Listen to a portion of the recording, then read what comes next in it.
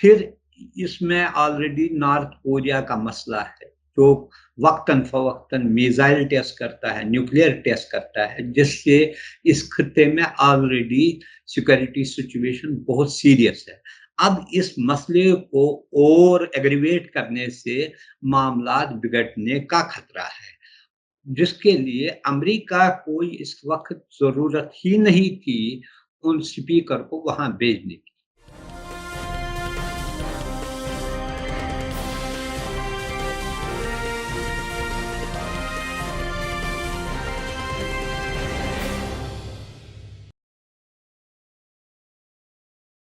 Hello, नमस्कार, आदाब, सत श्री अकाल और अस्सलाम वालेकुम। मैं हूं मोहम्मद अहमद काज़मी, लेकर आया हूं आपका पसंदीदा कार्यक्रम आपके रूबरू। इस वक्त इंटरनेशनल अफेयर्स में एक यूक्रेन जंग के बाद जो एक बड़ी खबर सामने है वो अमेरिका के हाउस ऑफ रिप्रेजेंटेटिव की स्पीकर नैन्सी पेलोसी, जिनका वहां के सियासी सिस्टम में तकरीबन तीसरा सबसे इंपॉर्टेंट मकाम है, उनका जो ताइवान का दौरा हुआ है वो चर्चा में है। और इसकी चर्चा की वजह यह है कि चीन उसकी मुखालिफत करता है। चीन का मानना है कि ताइवान उस मुल्क का हिस्सा है, एक सूबा है, और अमेरिका ऑफिशियली तो वन चाइना पॉलिसी को मानता है, लेकिन वहां के जो सेपरेटिस्ट हैं या आजादी चाहने वाले लोग हैं उनको मदद करता है। और नैन्सी पेलोसी की विजिट बहुत ही अहम है ऐसे वक्त में, जबकि यूक्रेन जंग के मामले में पहले से ही दुनिया बटी हुई है। एक तरफ रूस, चीन, ईरान इस किस्म के मुल्क हैं, दूसरी तरफ अमेरिका और उसके western allies, European NATO allies हैं। इस वक्त में इस विजिट की क्या अहमियत है, क्या कुछ हुआ, क्या कुछ इसका फायदा या नुकसान होगा, इस पर बात करेंगे। इसके अलावा कुछ और भी जो दुनिया के वाकयात हैं उस पर भी कुछ जिक्र होगा। इस पर बात करने के लिए मेरे साथ खास मेहमान हैं सीनियर जर्नलिस्ट शेख मंजूर साहब, जो हमें तकरीबन हर हफ्ते वक्त दे देते हैं। हम उनके बहुत शुक्रगुजार हैं। शेख मंजूर साहब, वेलकम है आपका मीडिया स्टार वर्ल्ड को, आपने वक्त दिया। आप ये बताइए कि नैन्सी पेलोसी की विजिट पर इतना हंगामा क्यों, क्या कुछ है इस विजिट की अहमियत, और क्या कुछ अमेरिका कहना चाहता है, एसर्ट करना चाहता है, क्या किस तरह से देख रहे हैं आप इस विजिट को? देखिए, हम पहले ही कोल्ड वॉर एरा में दाखिल हुए हैं। ऑलरेडी यूनाइटेड नेशंस ने कहा है कि तीसरी जंग छिड़ने वाली है, और हो सकता है ये जंग जो है न्यूक्लियर वार का जंग होगा। हालात इस वक्त सारे दुनिया में कशीदा है।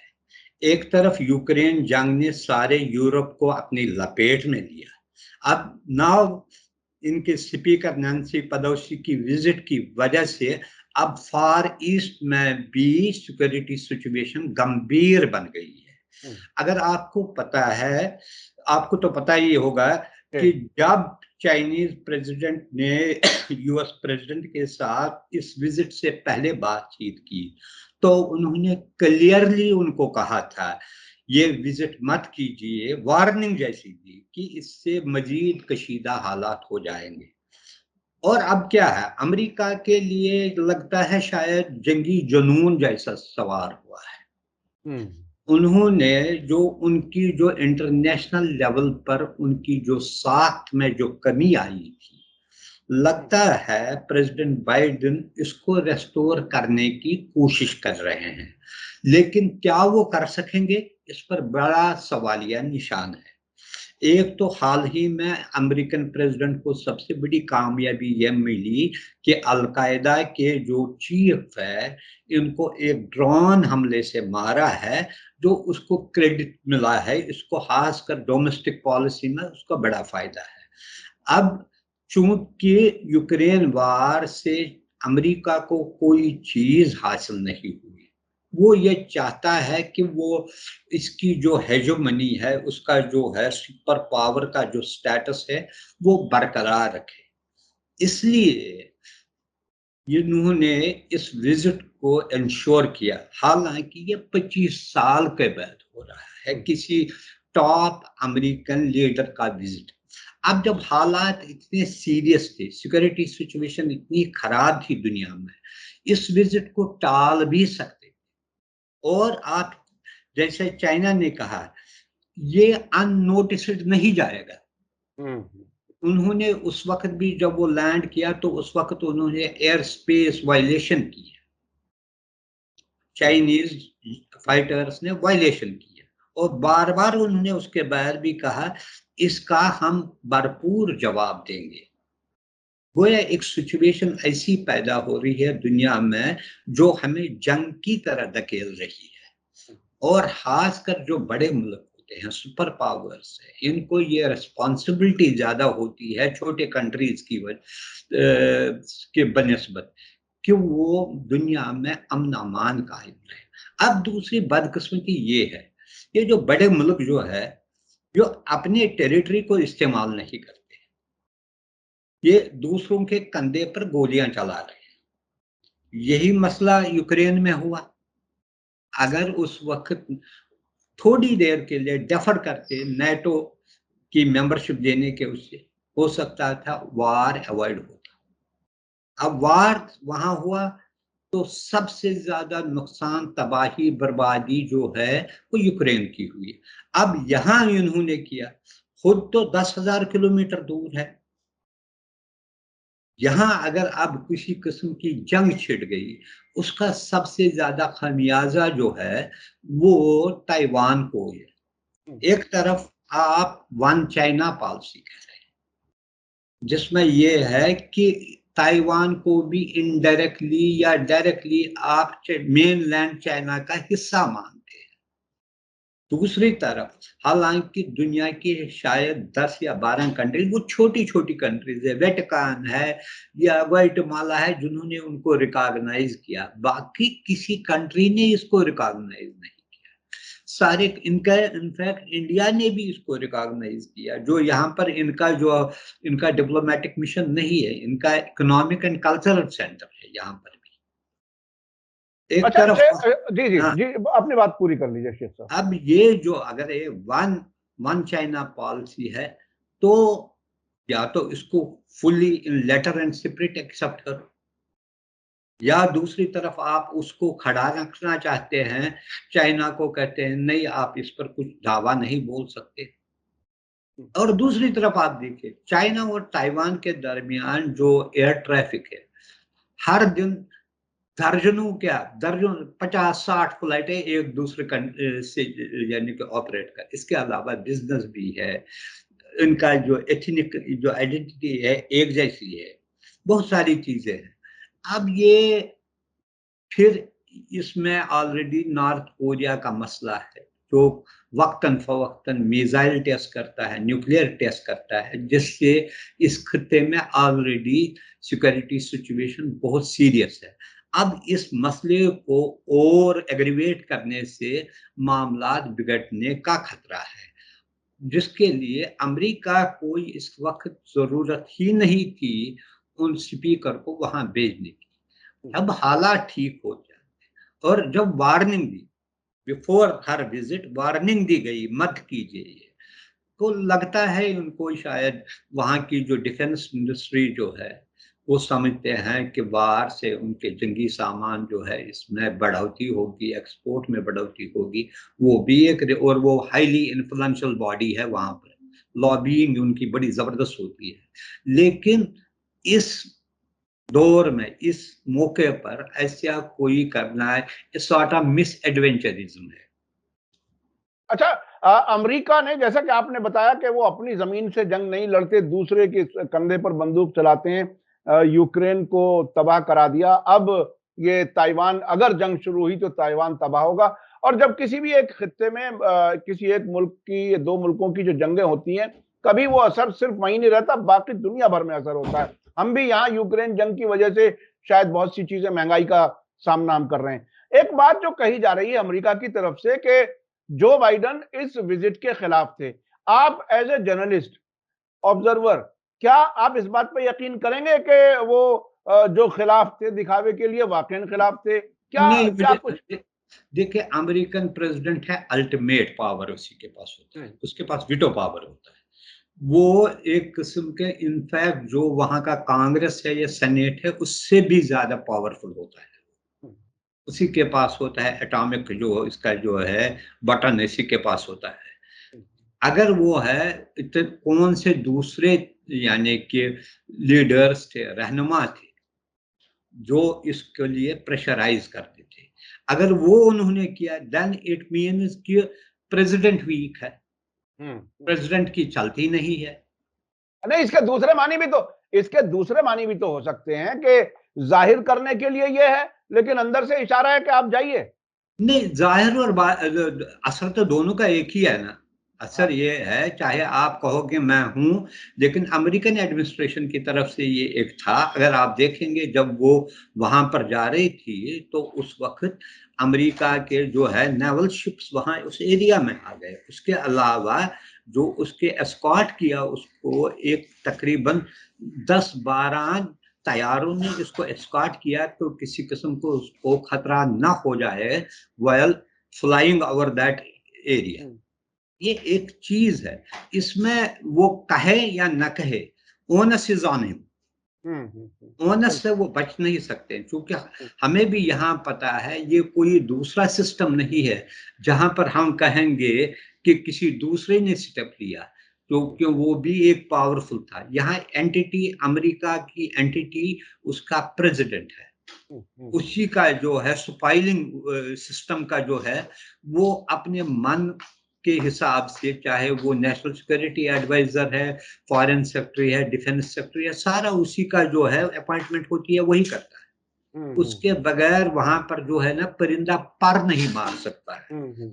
इसका ये कहना है क्यों अब ये। लेकिन एक चीज जो लग रहा है, 71 में खुद ही अमेरिका ने पीपुल्स रिपब्लिक ऑफ चाइना, जो मेनलैंड चाइना हम कहते हैं, उसको, इस जो ताइवान को उस वक्त शायद फार्मूसा इसे कहते थे, तो रेड चाइना भी शायद, इफ आई एम करेक्ट, उसको, उसकी जो मेंबरशिप थी, परमानेंट मेंबरशिप थी सिक्योरिटी काउंसिल की, उसको खत्म करके, जिसमें सारे कंट्रीज ने सपोर्ट किया, वो मेंबरशिप ट्रांसफर की मेन पीपल्स चाइना को। और उसी वक्त ये पॉलिसी भी इख्तियार की गई कि यूएस या दूसरी countries one China policy. One China का मतलब क्या है? वन चाइना का मतलब यही है कि ये जो इलाका था, ताइवान का इलाका है, ये बेसिकली हिस्सा है। शेख साहब, ये बताइए कि क्या नैन्सी पेलोसी, हालांकि आपने हल्का सा उसमें इशारा दिया है, हथियार बेचने वाली कंपनियों को या कुछ ऐसी लॉबीज को फायदा पहुंचाने के लिए ऐसा कर रही हैं, या कोई और पॉलिटिकल कोई गेम है, क्या कुछ है? बेसिकली पॉलिटिकल, ये जो है अपमैनशिप जो कहते हैं, एक दूसरे पर वो दिखाना चाहते हैं बर्तरी, सुपरमेसी, कि हम यहाँ पर भी आपसे ऊपर है, या यूरोप में या दूसरी जगह, जो बेसिकली डोमिनेंस अपना दिखाना चाहते हैं कि हम कर सकते हैं। जैसे अगर आप देखेंगे अमेरिकन पेपर्स या अमेरिकन टेलीविजन एजेंसीज, ये जो टेलीविजन चैनल्स है, उन्होंने ये दिखा, ही डियर्ड चाइना। हाँ, उन्होंने ये कहा कि उसने उनके जो उन्होंने दिया था उनको वार्निंग, डियर्ड, कि अब करो क्या करना है। ये इसको ये दिखाना था कि हम आपकी धमकियों से डरने वाले नहीं है, हम करेंगे। लेकिन अब देखना है, अगर चाइना की तरफ से कोई एक्शन हो जाएगी, उसके बाद इनका रद्द अमल क्या रहेगा। क्या ये सिर्फ ऐसा ही है जैसा यूक्रेन में, अभी तक वो कुछ कर ही नहीं सके, हेल्पलेसनेस है यूरोप की। वो तो कुछ भी कहें, बड़े बड़े दावा करते हैं, लेकिन जिस तरीके से वो इस वार में फंस गए हैं, उसमें निकलने का नाम ही नहीं है। और जो रशिया ने उनको धमकी दी कि मैं गैस को जो है विंटर के दौरान वो सस्पेंड करेगा, बंद करेगा, इससे खलबली मची है वहां। देखिए, ये जो है वार शुरू कोई अगर करता है, वार बंद करने इनके हाथ में भी नहीं है। और अगर किसी तरीके से मिलिट्री एक्टिविटी चाइना ने की, तो ये इनके हाथ में नहीं रहेगा। चाइना को एक एडवांटेज ये रहेगा, वो प्रॉक्सिमिटी है इसके एरिया की। वो बोलो क्लोज है, वो दूसरी जगहों से आ रहे हैं और अब वो अच्छा नहीं है। हाँ, अच्छा अब अच्छा अच्छा अच्छा अच्छा शेख साहब, एक चीज जो समझने की है, आपने बताया कि ये डोमिनेंस का मामला है, अपमैनशिप दिखाने का है, और मीडिया का भी जो टोन है वो डेयर्ड चाइना वाला है। क्या जिस तरह से यूक्रेन में नाकामी नजर आई है, जिस तरह से मिडिल ईस्ट से ये कहना पड़ा है अभी पिछले दिनों कि हम छोड़ करके नहीं जाएंगे, नहीं तो यहाँ रूस, चीन और ईरान आ जाएंगे, तो ये क्या एक खित्ते में या दो एरियाज में डिफीटिंग हालत के दौरान अपनी फिर से वो सुपर पावर वाली इमेज बनाने के लिए क्या चाइना का सामना कर सकता है अमेरिका? देखिए, वो तो एक तो दूसरी बात, ग्लोबल सिनेरियो जो है, पॉलिटिकल सिनेरियो टोटली चेंज हुआ था। जो 30 साल तक यूनिपोलर वर्ल्ड में अमेरिका की डोमिनेंस रही है, वो धीरे धीरे अब खत्म हो रही है। इकोनॉमी स्ट्रेस में है, खासकर ये जो है। दूसरी बात आपने देखे, अब छोटी छोटी कंट्रीज जो है वो भी अपना अडॉप्ट कर रहे हैं अपने लिए कोई ऐसा रास्ता, वो डिपेंडेंट नहीं रहना चाहते। ओपेक के मसले पर आपने देखा, बहुत सारे अरब कंट्रीज ने कहा नहीं, हम ये अपना डिसीजन लेंगे, we will not get dictated by others on this issue. जो भी करना है उन्होंने कहा, और ये भी कहा, कुवैत ने कल कहा, परसों कहा कि रशिया ओपेक का इम्पोर्टेंट, यानी कि जो उसका डिसीजन है वो हमारे लिए, सबों के लिए इम्पोर्टेंट रहेगा। इसका जो है बेसिकली ये जो लॉस ग्राउंड हुआ है कई सालों के दौरान, वो किसी तरीके से इसको रिटेन करने की कोशिश कर रहे हैं। अब अगर आप जंग से ही इसको कोशिश करेंगे तो मुझे नहीं लगता है इसमें वो किसी तरीके से कामयाब हो, क्योंकि डायनेमिक्स चेंज हुआ है। इन 30 साल के दौरान चाइना अमेरिका रशिया से कहीं आगे बढ़ गया है, अब नंबर 2 इकोनॉमी है, और ये भी कहा जाता है 2028 तक इट विल ओवरटेक चाइना। दूसरी बात, आर्मी उसकी जो है बड़ा it will strong. Overtake America. हाँ, यस यस यस, हाँ हाँ। ये जो है इकोनॉमी में ओवरटेक करेगा, वो हाँ। जो है ये इकोनॉमिक सर्वे की ये जो है। हालांकि और इसके अलावा आर्मी भी उनके तकरीबन 15-16 लाख लोग हैं जो दो रेगुलर आर्मी। इसके अलावा लेटेस्ट उनके पास भी वेपनरी है। दुनिया के बहुत सारे इलाकों को उन्होंने, यानी कि उनको मिलिट्री एड भी देते हैं, फाइनेंशियल असिस्टेंस भी देते हैं। अपने जो विंग्स है उसने एक्सपैंड किया, अफ्रीका में, एशिया में किया है। अभी कल 2 दिन पहले ही उन्होंने एक मिलिट्री जो नेवल भेजा श्रीलंका, वहां पर, हालांकि वहां के हालात और उन दे वेलकम इट। बांग्लादेश में है, उन्होंने चाइना से कहा कि हमें इस वक्त जो है थोड़ा बहुत उनको भी इकोनॉमिक स्ट्रेस से हमें मदद कीजिए। कंट्रीज उनकी तरफ जाते हैं, ये अच्छा नहीं कि अच्छा अच्छा अच्छा शेख साहब, ये जो ताइवान वाली टेंशन अगर बढ़ी, जैसा कि बढ़ती हुई नजर आ रही है, चीन ने एक्सरसाइज शुरू की है और ताइवान को अपने कुछ पड़ोसी मुल्कों से अपनी रेगुलर फ्लाइट्स के लिए भी रास्ता बदलने के की कोशिशें हो रही हैं, और अब जो ताजा खबर है वो चीन तकरीबन चारों तरफ से एक्सरसाइज करके अपनी ताकत दिखा रहा है। इस बढ़ती हुई टेंशन का भारत पर क्या असर पड़ेगा, क्योंकि भारत से बहुत दूर नहीं है ताइवान? देखिए, एक तो ऑलरेडी जो है साउथ चाइना सी के बारे में इंडिया को रिजर्वेशन है, चाइना के बारे में। दूसरा, ट्रेड भी जो है टैपी से जो ट्रेड है, इट इज ऑलमोस्ट $8 बिलियन। हालांकि उनका जो है यहाँ पर इकोनॉमिक सेंटर है, चीफ रिप्रेजेंटेटिव है, कोई डिप्लोमेटिक रिलेशंस नहीं है, लेकिन इनडायरेक्टली जो है ट्रेड, बिजनेस, कल्चरल रिलेशंस बहुत स्ट्रांग है। इस पर नेचुरली जब ये है, इसका असर पड़ेगा, डेफिनेटली इकोनॉमिक असर पड़ेगा। और चूंकि नेबरहुड में कोई अगर सिक्योरिटी एक्टिविटी होगी, कोई वार टाइप सिचुएशन होगी, नेचुरली उसका असर हम पर भी पड़ेगा, और जो दूसरी नेबरिंग कंट्रीज है उस पर भी उसका जबरदस्त असर पड़ेगा। चूंकि ये वार जो है ये एक दो छोटी कंट्रीज के दरमियान नहीं होगा, basically it will be A proxy war between America and China. और आपने देखा कि रशिया ने टोटली इस मसले पर चाइना को सपोर्ट की और कहा ये प्रोवोकेशन कर रहा है ये अमेरिका इस मसले पर। दो एक ही सिमत में जा रहे हैं। ये चीजें जो है नेचुरली ये सिक्योरिटी के लिए सही नहीं है। जो नेबरिंग, चाहे वो फिलीपींस है, मलेशिया है या इंडोनेशिया है या दूसरे कंट्रीज, वो इसको क्लोजली वॉच भी करते हैं। तो इसलिए नेचुरली इंडिया के ज्यादा दूर भी नहीं है।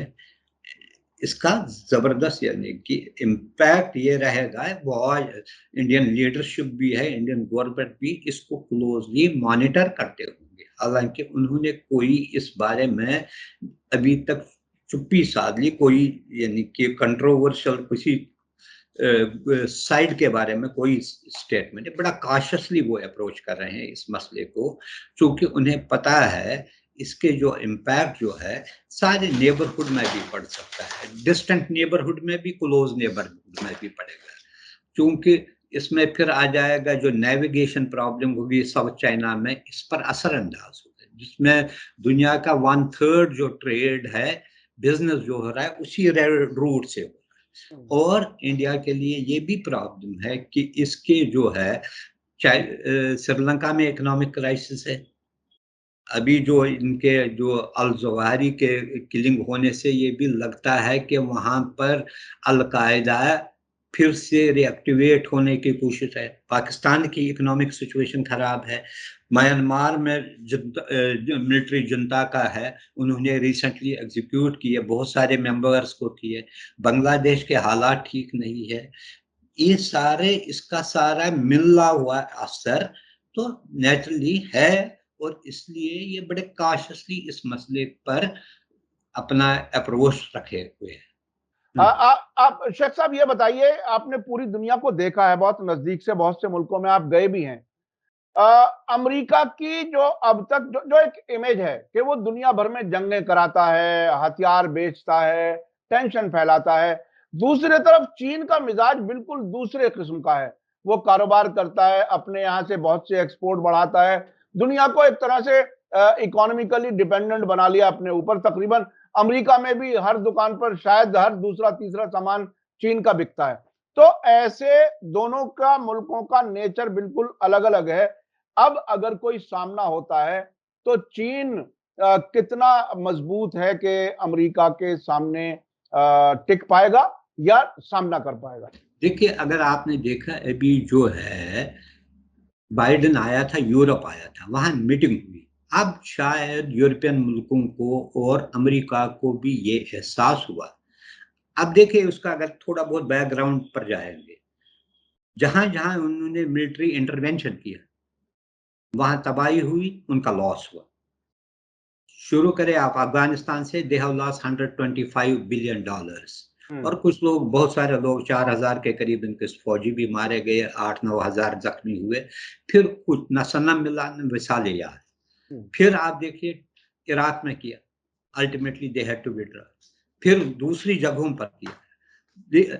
अभी इन्होंने वहां पर ये डिसाइड किया कि जब उन्हें लगा कि चाइना अफ्रीका में स्लोली एंड साइलेंटली एक्सपैंड कर रहा है, उन्होंने कहा, उन्होंने एक पैकेज बनाई कि हम अफ्रीका के कंट्रीज को वहां पर इन्वेस्ट करेंगे। चूंकि पॉलिसी में जो है, पॉलिसी में ये पीछे रहे। जो इकोनॉमिक डेवलपमेंट की पॉलिसी है या डेवलपमेंटल प्रोजेक्ट्स बनाने थे, उसमें इन्होंने इतना नहीं किया जितना सिर्फ फौज पर या मिलिटेंट ग्रुप्स को डिमोलिश करने में इन्होंने ये किया। अब इनको ये रियलाइज हुआ, अभी जो गए थे रशियन फॉरेन मिनिस्टर भी युगांडा गए और वहां दूसरी जगह गए, वहां उन पर उन्होंने दबाव डाला था पहले कि इसको मत एक्सेप्ट कीजिए उनके विजिट को, लेकिन उन्होंने कहा नहीं, हमारे अपने प्रॉब्लम्स। उनको सबसे ज्यादा इस वक्त जो है गुंदम की जरूरत है। वहां पर फूड क्राइसिस बहुत है अफ्रीकन कंट्रीज में, तो उसके लिए चीप क्रूड ऑयल वो देने को तैयार। अब उन्होंने भी, रशिया ने भी इसी तरीके से अपने जो विंग से एक्सपेंड करने की कोशिश की। जो रियलाइजेशन अमेरिका और यूरोपियन कंट्रीज को अब होने लगी है, बट वो जो है बहुत देर कर दी हुजूर आते आते। इस मामले में जब तक आप ये करोगे, कब वो जाएंगे वहां पर, उनके लिए वो इग्नोर किया था उन्होंने। जबकि चाइना ने ये बांप लिया था, उन्होंने जिबूती में आज से 10 साल पहले अपना वो इंस्टॉलेशन किया, और वो फिर गए वहां, उन्होंने एक समिट किया था अफ्रीकन कंट्रीज के साथ, जहां उन्होंने उनको डेवलपमेंटल प्रोजेक्ट्स के लिए एक्सपैंड पैसे दे दिए, फंड्स दिए। ये चीजें अब जो ये काउंटर कर रहे हैं, इसको इम्प्लीमेंट करने में देरी हो जाएगी। और पहले जी जी जी। इनके, अब इनके अपने इकोनॉमिक मसाइल है। अब देखिए, inflation is highest in America in the last 40 years में इतनी इन्फ्लेशन नहीं है। Europe is under economic stress. वो पहले अपने आप को बचाएंगे या दूसरे मुल्कों को मदद करेंगे? अच्छा शेख साहब, एक आखिरी सवाल, चूंकि आपने दो एक बार बीच में ऐमन जवाहिरी के कत्ल की बात बताई, काबुल में जो हुआ है। पहला सवाल तो एक ये कि क्या अमेरिका के इस ऐलान पर भरोसा किया जाए, चूंकि ओसामा बिन लादेन पर भी जो कार्रवाई की थी उसमें डेड बॉडी की फोटो या वीडियो कभी किसी को दुनिया को नहीं दिखाई गई, और काबुल से जो तालिबान की हुकूमत है उसकी तरफ से जो बयान आया है, बाकायदा वहां की होम मिनिस्ट्री की तरफ से, उन्होंने ये कहा है कि खाली मकान पर और वहां कोई नहीं था और कोई नहीं मारा गया। तो क्या अमेरिका जो कुछ ऐलान करता रहे, दुनिया इसे इसी तरह से मान ले बगैर सबूत मांगे, या क्या क्या कुछ है? देखिए, मैं एक चीज बताऊंगा, चाहे कुछ भी है, ये पाकिस्तान ने भी मान लिया था कि उसामा बिन लादेन मारा गया, उनका जो एबटाबाद में उनको जो घर था। अब की बार जो कहा है, ये भी वहां से शवाहिद आए हैं दूसरे कंट्री। ये जो जिस मकान में रहता था, वो सिराजुद्दीन हक्कानी का था, जो तालिबान का एक बड़ा बड़ा फैक्शन का बड़ा लीडर है। वो इसका 20 कमरे का ये कहते हैं। इससे पहले अगर आप देखेंगे, आज से 3 हफ्ते पहले एक रिपोर्ट आया कि जवाहिरी साहब जो है वो जिंदा है, he is operating in the same region. कोई ना कोई इसमें ये लग रहा है, ये भी है कि किसी न किसी ने टिप ऑफ किया था अमेरिकन एजेंसीज को। ये भी अब है कि शायद विद इन उनके तालिबान सिस्टम में किसी ने उनको इन्फॉर्म किया, उसकी बीवी आई थी, उसके फैमिली मेंबर्स है। मुझे नहीं डाउट लगता है कि इसमें कोई गलत, यानी कि this report is not based on facts. ये क्लियर लग रहा है उसको टारगेट किया गया है। तो इसीलिए तालिबान ने प्रोटेस्ट भी किया, और ये भी कहा गया कि वो अंडर कवर उसका जो है ब्यूरियल किया गया, उसमें ज्यादा लोग शामिल भी नहीं हुए, वो किया गया है। अब ये चीजें सामने भी आ जाएंगी, क्योंकि अगर कुछ इसमें होता तो वो ये दिखाते, घर का दिखाते, वो नहीं, उन्होंने भी और सिर्फ ये प्रोटेस्ट किया, ये वायलेशन ऑफ इंटरनेशनल लॉ था। इन्होंने इंटरवीन किया, हमारे इंटरफेयर किया हमारे यानी कि हदूद में दाखिल होकर विदाउट इन्फॉर्मिंग अस, वो एक प्रोटेस्ट किया। लेकिन ये साबित हो रहा है इससे जो अमेरिका और तालिबान के ताल्लुकात जो बीच में लग रहा था शायद बढ़ जाएंगे, इम्प्रूव हो जाएंगे, इसमें एक और खलीज आ जाएगी, वो सही नहीं रहेंगे। उसमें चूंकि अब ये आ गया है कि वो कैसे पहुंचा वहां, किसने उसको दी है।